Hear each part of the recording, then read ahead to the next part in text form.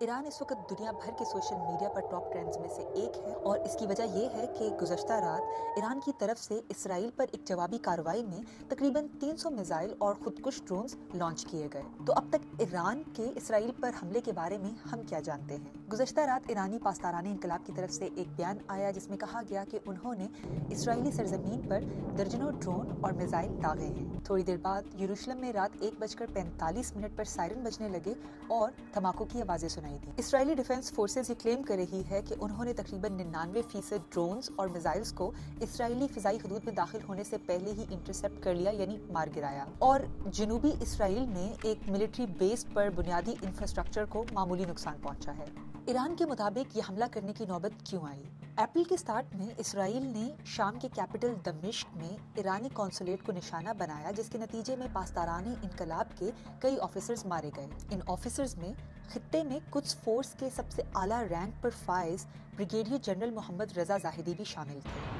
حملے کے بعد ایران نے جوابی کارروائی کا اعلان کیا تھا، اور پھر کل رات گئے اسرائیل پر تقریباً 300 میزائل اور خودکش ڈرونز داغے گئے۔ اسرائیل کا دعویٰ ہے کہ اس نے ان میں سے زیادہ تر میزائلز اور ڈرونز کو اپنی فضائی حدود میں پہنچنے سے پہلے ہی ایرو ایریل نامی فضائی ڈیفنس سسٹم اور خطے میں موجود امریکہ اور UK کی فورسز کی مدد سے ناکام بنا دیا تھا۔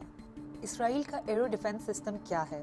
اسرائیل کا فضائی ڈیفنس سسٹم کئی لیئرز پر مشتمل ہے۔ جہاں آئرن ڈوم چھوٹے حملوں کو روکتا ہے، وہیں ایرو ایریل بڑے حملوں کو روکنے کی صلاحیت رکھتا ہے۔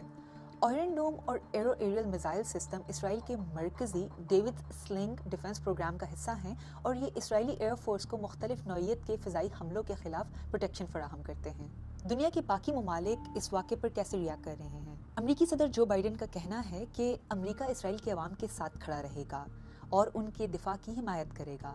امریکہ نے اتوار کو G7 ممالک کے لیڈرز کا اجلاس رکھا ہے تاکہ ان حملوں کا سفارتی رسپانس دیا جا سکے۔ تاہم امریکی نیوز چینل CNN نے وائٹ ہاؤس کے ایک سینئر آفیشل کے حوالے سے یہ بتایا کہ جو بائیڈن نے اس حملے کے بعد اسرائیلی وزیر اعظم نیتن یاہو کے ساتھ فون پر بات چیت میں کہا کہ امریکہ ایران پر ممکنہ اسرائیلی جوابی حملے میں حصہ نہیں لے گا۔ UK اور جرمنی کی طرف سے بھی حملے کی مذمت کی گئی ہے، جبکہ چین نے اسرائیل اور ایران کے درمیان تازہ ترین صورتحال پر ریئیکٹ کرتے ہوئے کہا ہے کہ تحمل کا مظاہرہ کیا جائے۔ پاکستان نے بھی مڈل ایسٹ میں بگڑتے حالات پر تشویش کا اظہار کیا ہے، اور فورن آفس کی ایک سٹیٹمنٹ میں کہا گیا ہے کہ اب صورتحال کو سٹیبلائز کرنے اور امن کی بحالی کی بے حد ضرورت ہے۔